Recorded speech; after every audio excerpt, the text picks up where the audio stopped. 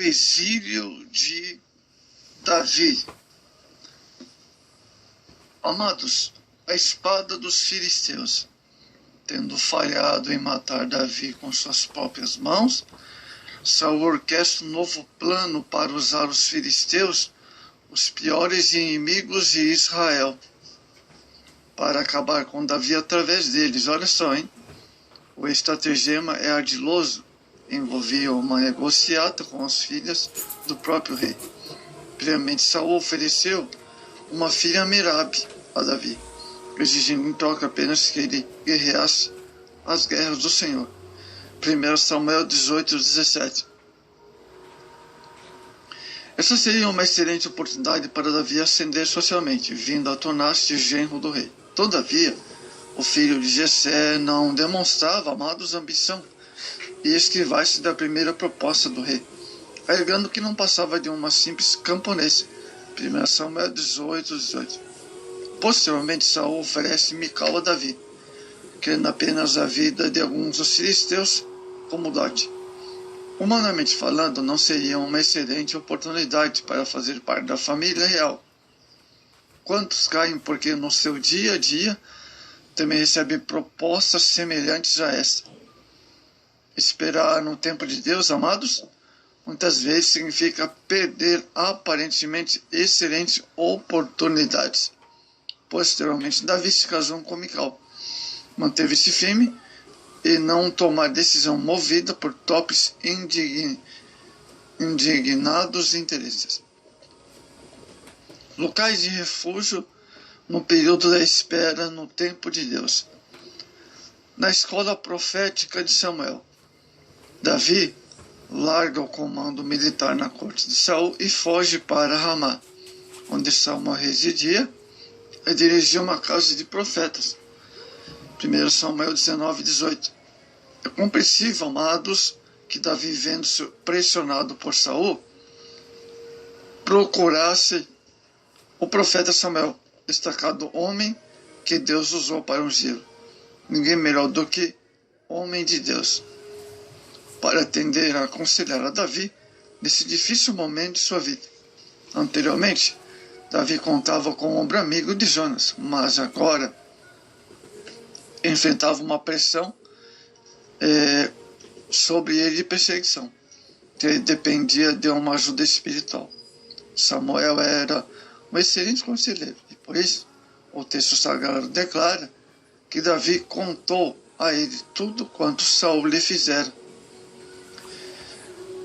Na casa do sacerdote Aimeleque, o ministério profético estava relacionado com a inspiração divina, enquanto o ministério sacerdotal, a instrução.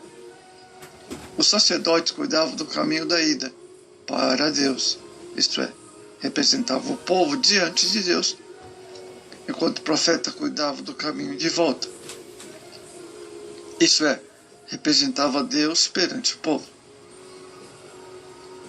Davi buscou refúgio na escola profética de Samuel, embora o texto sagrado não nos diga os detalhes dessa visita. Certamente ela trouxe refrigério à alma aflita de Davi. A unção tem o poder de quebrar o jugo.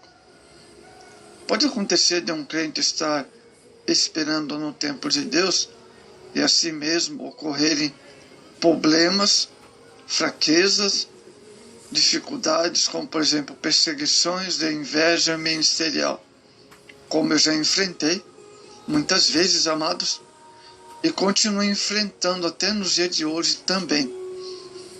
Mas a justiça de Deus nunca falhou a meu favor, como foi o caso ocorrido quando da visita de Davi ao sacerdote Aimeleque.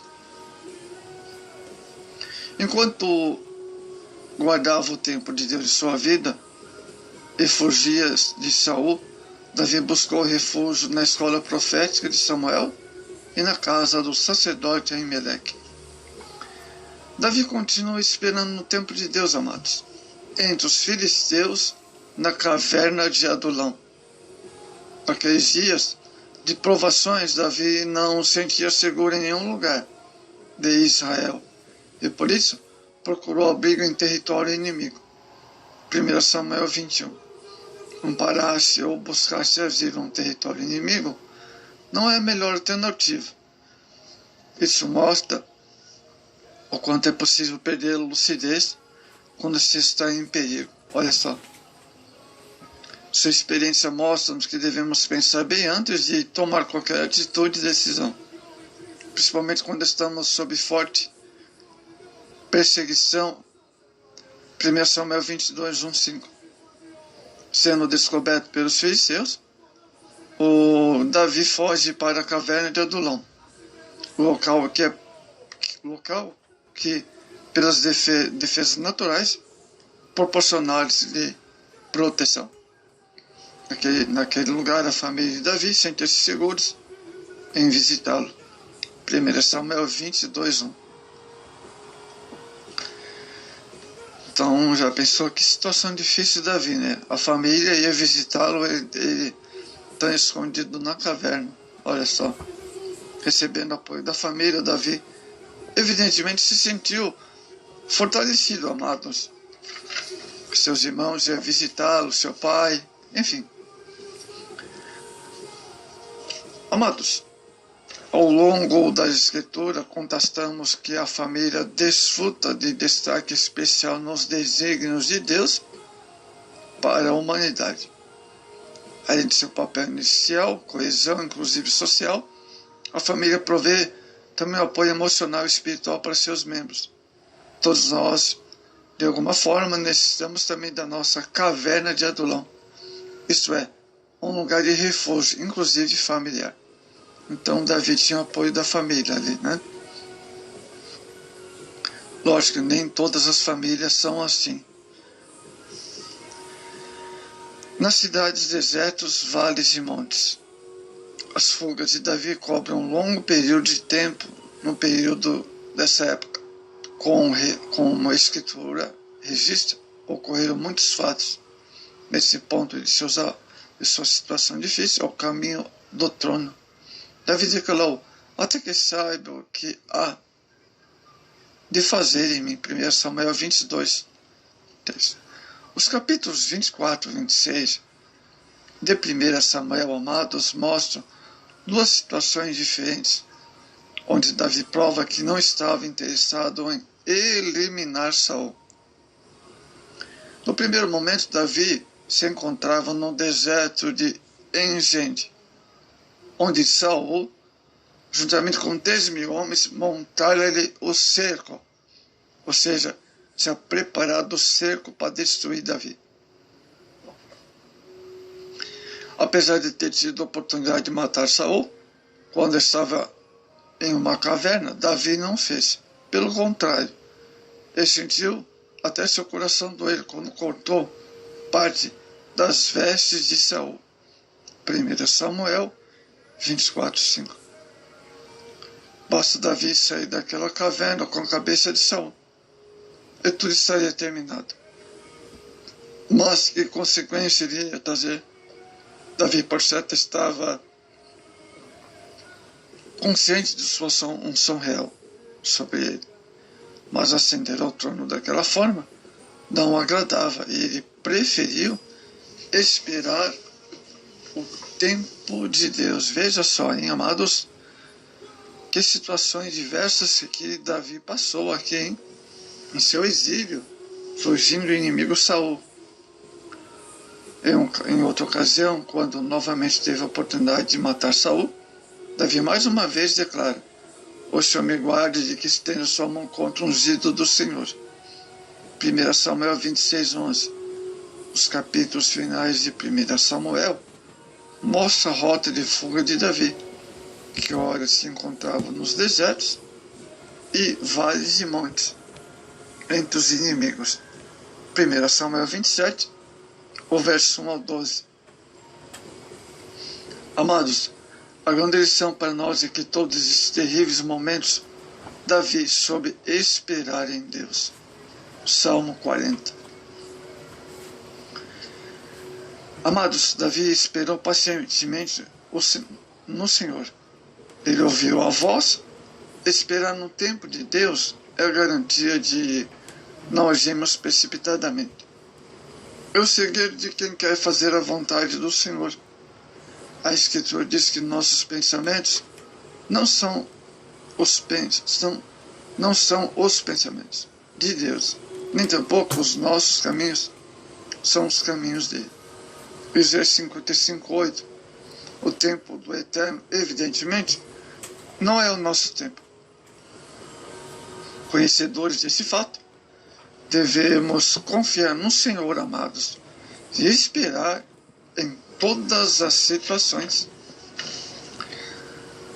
Amados, as Escrituras vê o tempo como um presente, uma oportunidade a ser usada sob a direção do Espírito Santo. Cronos, Kairos.